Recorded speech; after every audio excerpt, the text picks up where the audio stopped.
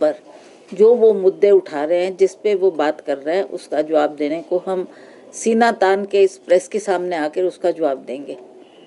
और बैठक में क्या तय हुआ है आज हम आभारी है कि इस बैठक में माननीय मुख्यमंत्री, उप मुख्यमंत्री, सभी कैबिनेट मिनिस्टर, सभी कंटेस्टेंट, सभी एमएलएज इसमें उपस्थित रहे। हमारे संगठन के सभी पदाधिकारी उसमें थे और हमें खुशी है कि जो ये राहुल जी बार बार संविधान को बचाने की बात करते हैं, संविधान बचाओ, उन्होंने कई बार ये मुद्दा पार्लियामेंट में भी उठाया और उसी तरह से उन्होंने अभी हमारा हाल में ही एआईसीसी का सेशन जो गुजरात में हुआ, वहाँ पर भी उन्होंने बार बार संविधान को बचाने की बात की।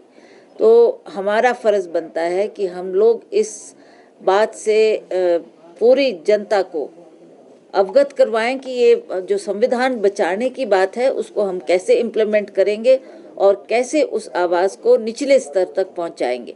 हमने ये तय किया है कि हमारी जो प्रभारी है वो 24 तारीख को शिमला आ रही हैं। 25 को हम एक स्टेट लेवल संविधान बचाओ रैली यहाँ शिमला में करने जा रहे हैं, जो कि अंबेडकर चौक में होगी, क्योंकि वहाँ अंबेडकर जी का स्टैचू भी लगा है, वो हमारे कॉन्स्टिट्यूशन के निर्माता है।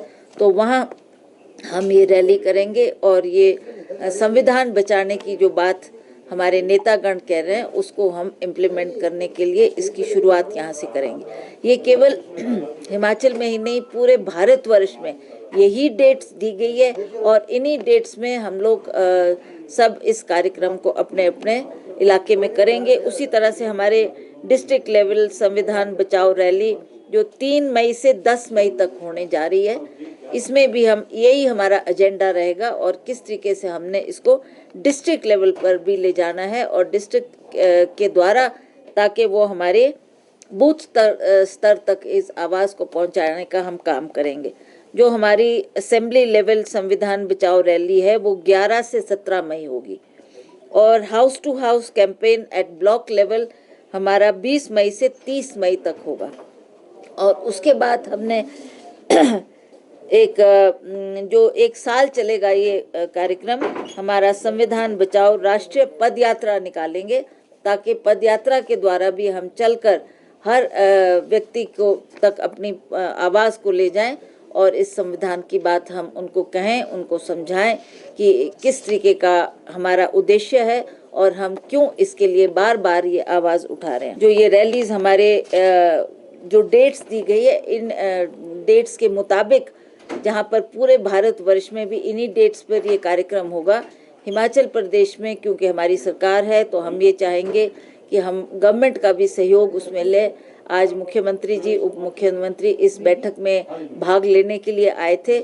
हमने कुछ जिम्मेवारियां उनको भी सौंपी है कि आप भी हमारे जो वरिष्ठ मंत्रीगण है, हमारे बाकी पदाधिकारी हैं, उनको भी ये कार्य बांटे और ताकि हम जो इस कार्यक्रम को करने जा रहे हैं उसमें उनका पूरा सहयोग हमें मिले।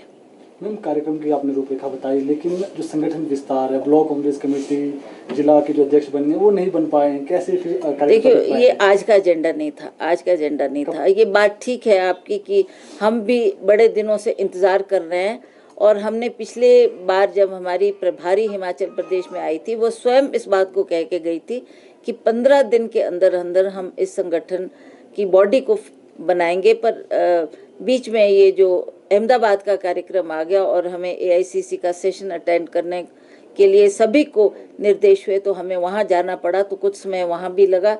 और उसके बाद दिल्ली में भी राहुल जी ने एक मीटिंग कॉल की थी जिसमें सारे एआईसीसी के जनरल सेक्रेटरीज थे, उनसे भी उन्होंने वार्तालाप की, तो कुछ समय उसमें भी लगा।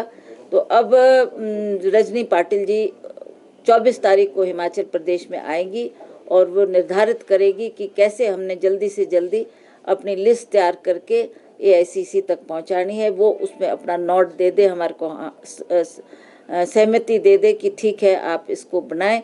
तो डिस्ट्रिक्ट लेवल पर भी हम अपने जो प्रेसिडेंट्स बनने हैं उनको भी जिम्मेवारियां देंगे और उसी तरह से फिर ब्लॉक लेवल तक हम इस काम को करेंगे। और सभी जो हमारे पार्टी के पदाधिकारी है उनको जिम्मेवारी दी जाएगी ताकि वो अपने, चाहे वो ब्लॉक लेवल पे, चाहे डिस्ट्रिक्ट लेवल पर, चाहे स्टेट लेवल पर वो काम करना शुरू करें। और जल्दी हमारी ये संगठन बढ़ना चाहिए ताकि हम पार्टी के कार्यक्रमों को इनके द्वारा हर क्षेत्र में पहुंचा सकें।